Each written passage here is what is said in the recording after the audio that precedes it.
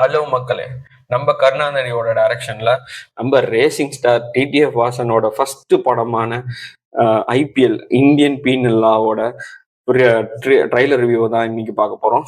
Trailer பார்க்கறதுக்கு முன்னாடி டீசரோட review பார்த்துடலாங்க. ஏன்னா டீசர் ரிவ்யூ பார்த்தீங்கன்னா மக்கள் ரொம்பவே நெகட்டிவா சொல்லியிருந்தாங்க. லைக் ரொம்ப இது ஷார்ட் ஃபிலிமா இருக்கு, அந்த கட்ஸ் எல்லாம் ஏதோ சின்ன சின்ன படம் மாதிரி இருக்கு அப்படின்ற மாதிரி சொல்லியிருந்தாங்க. ரொம்ப ஹைப் பண்ணாதீங்க இந்த படத்துக்கு, இந்த தியேட்டர்ல பார்க்கப்பட்ட படம்லாம் கிடையாது, ஓடிடிக்கு வந்த அப்புறம் நான் அப்படி பாத்துக்கிறேன் அப்படின்ற மாதிரி தான் சொல்லியிருந்தாங்க. பட் ட்ரெய்லர்ல பாத்தீங்கன்னா அதை அப்படியே தலைகீழா திருப்பி போட்டாங்க. லைக் அந்த ட்ரெய்லரோட கட்ஸ் ஆகட்டும், ஒவ்வொரு சீன்ஸ் ஆகட்டும், லைக் ரொம்ப லோ பட்ஜெட் ஃபிலிம்லாம் இல்லைங்க, ஒரு மாடரேட்டான ஒரு பட்ஜெட் ஃபிலிம் மாதிரி தான் அந்த கட்ஸ் இருந்தது. ஜென்யூனா சொல்லணும்னா, ஏன்னா ஒவ்வொரு சீன்ஸ் அந்த கதைக்களம் எட்டு வர்றதாகட்டும், இனிஷியலா இன்ட்ரோடக்ஷன், நடுவில் டிடிஎஃப் வாசனோட என்ட்ரி ஆகட்டும், அதுக்கப்புறம் அவரோட ஆக்டிங் எல்லாமே ஓரளவுக்கு நல்லா தாங்க இருந்தது. நாட் ஸோ பேட் நான் சொல்லுவேன். அண்ட் இப்போ நம்ம வந்து பப்ளிக் ரிவ்யூக்குள்ள போயிடலாம்.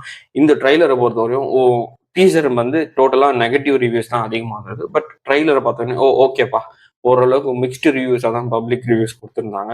லைக் செமி ஆப்டிமிஸ்டிக்காக தான் இருந்தது. ரொம்ப நெகட்டிவாகவும் இல்லை, ரொம்ப பாசிட்டிவாகவும் இல்லை. சும்மா செம ஹைப் படம் 500 கோடி அடிக்கும் அப்படிலாம் சொல்லலை. ஓரளவுக்கு பாசிட்டிவான ரிவ்யூஸ் தான் இருந்தது. பட் என்னோட பர்சனல் ரிவ்யூ பார்த்தீங்கன்னா நல்லா தாங்க இருந்தது. ஓரளவுக்கு அந்த ட்ரைலர் கட்ஸாக இருந்தாலும் சரி, அவங்க இந்த கதைக்களம் கொண்டு வரதா இருந்தாலும் சரி, ஃப்ரேம்ஸ் எல்லாம் ஒவ்வொரு ஃப்ரேம்ஸுமே வந்து சூப்பராக இருந்தது.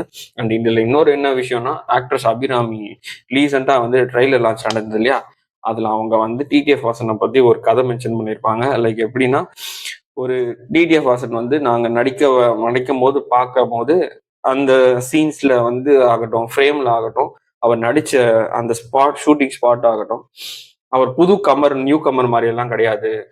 அவர் ஓரளவு ஒரு 2-3 படம் வந்து பண்ணி வந்த ஒரு நபராக தான் எங்களுக்கு தெரிஞ்சாங்க அப்படின்ற மாதிரி அந்த ஆக்டர்ஸ் அபிராமி மென்ஷன் பண்ணியிருப்பாங்க. ஒரு நல்ல பர்ஃபார்மன்ஸு கொடுத்துருக்காரு இந்த படத்துல அப்படின்ற மாதிரி தான் மென்ஷன் பண்ணியிருந்தாங்க.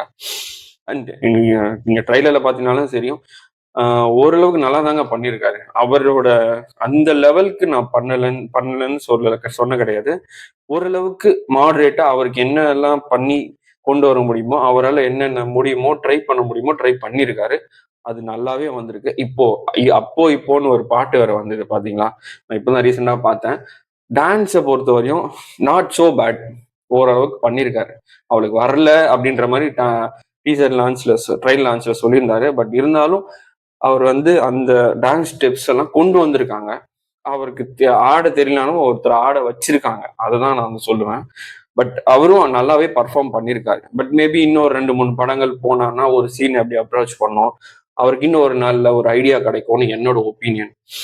பட் மற்றபடி அவ்வளவுதான் மக்களே. இந்த ரிவ்யூ வந்து ஒரு மிக்ஸ்டு ரிவ்யூ தான். பட் ட்ரெய்லர் பார்ப்போம். கண்டிப்பா எனக்கு தெரிஞ்சு ஒரு 100 crores அடிக்க வேண்டிய ஒரு படம் தான் இது. கண்டிப்பா அடிக்கும். ஏன்னா நல்ல ஒரு பொலிட்டிக்கல் கிரைம் த்ரில்லரா இருக்கும். கண்டிப்பா இந்த படம் 100 crores அடிச்சாகணும். பார்ப்போம். ட்ரைலர் பார்த்தாச்சு. படம் வந்த அப்புறம் தியேட்டர்ல ஹிட் ஆன அப்புறம் போய் பார்த்துட்டு ரிவ்யூ என்னன்றது நான் போடுறேன். அந்த வீடியோக்கு கமெண்ட்ஸ்ல ரிவ்யூ என்னன்றது நீங்களும் போடுங்க. லைக் அவ்வளோதான் மக்களே. இந்த மாதிரி celebrity newses, trailer reviews, movie ரிவ்யூஸை பற்றி நீங்கள் தெரிஞ்சுக்கணும்னு நினச்சிங்கன்னா நம்ம ஃப்ரேம் பை ஃப்ரேம்ஸ் சேனலை சப்ஸ்கிரைப் பண்ணுங்க. அண்ட் டாடா.